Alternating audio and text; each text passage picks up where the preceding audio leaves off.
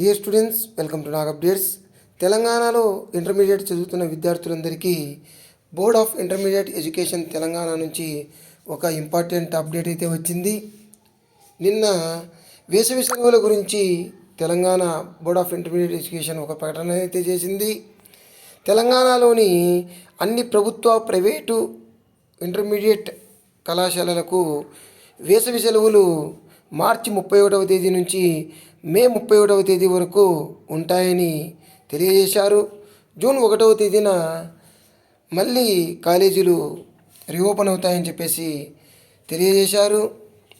ఈ వేసవి సెలవులు అన్ని ప్రభుత్వ ప్రైవేట్ కాలేజీలకు వర్తిస్తాయని, ఎలాంటి తరగతులు నిర్వహించకూడదని, ఒకవేళ నిబంధనలు పాటించకుండా తరగతులు నిర్వహిస్తే ఆ కాలేజీ యాజమాన్యాల మీద చర్యలు తీసుకోనున్నట్టుగా హెచ్చరించారు.